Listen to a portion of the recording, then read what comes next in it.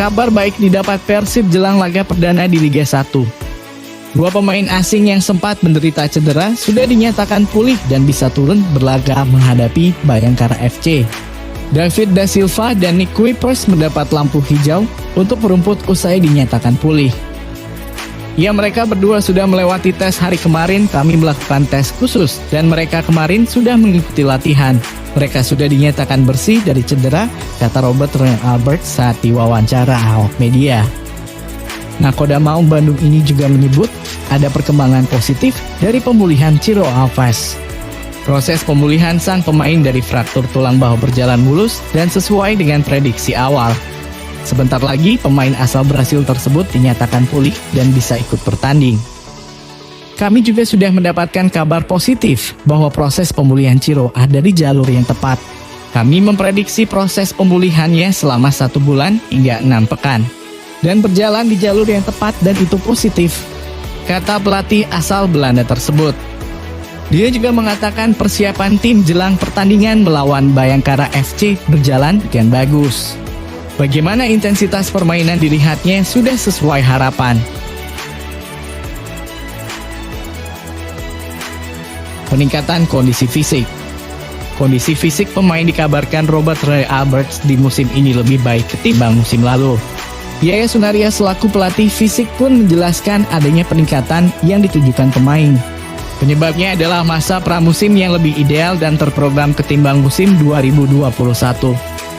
Ketika kenapa Coach Robert bicara seperti itu, kita punya persiapan pramusim di musim ini lebih lama dibandingkan musim kemarin.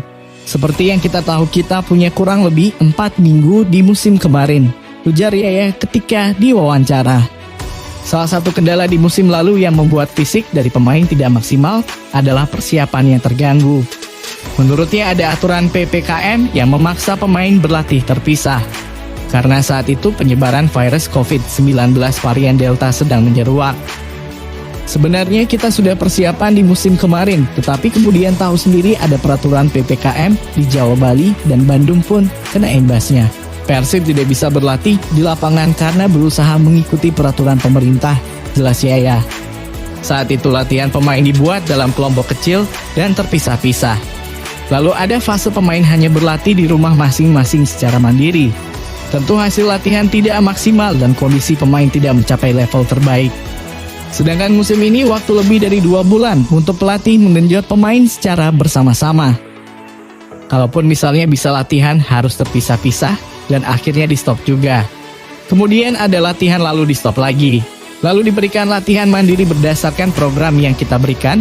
Kemudian kita punya waktu sekitar 3 minggu untuk langsung start kompetisi.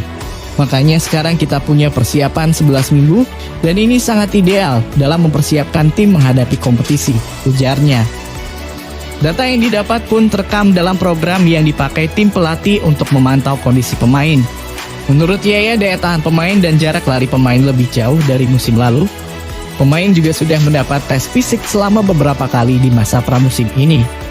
Kemudian kita menggunakan data Catapol, yang mana kita bisa lihat jumlah pemain rata-rata dan jumlah tertinggi dalam melakukan daya jelajah atau distance di musim ini. Sebagai perbandingan, progresnya lebih bagus pada musim ini, tukasnya.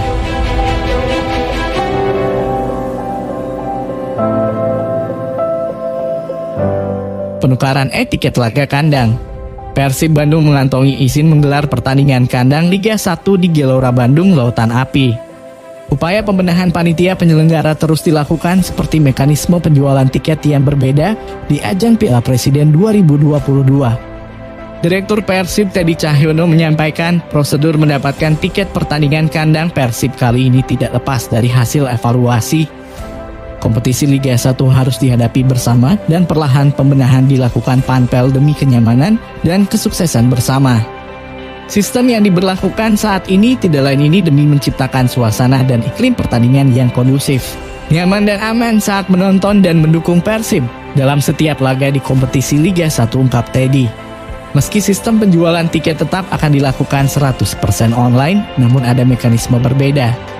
Bobotoh harus melakukan transaksi pembelian tiket online dengan syarat telah melakukan vaksin COVID-19 booster dan terverifikasi aplikasi Peduli Lindungi.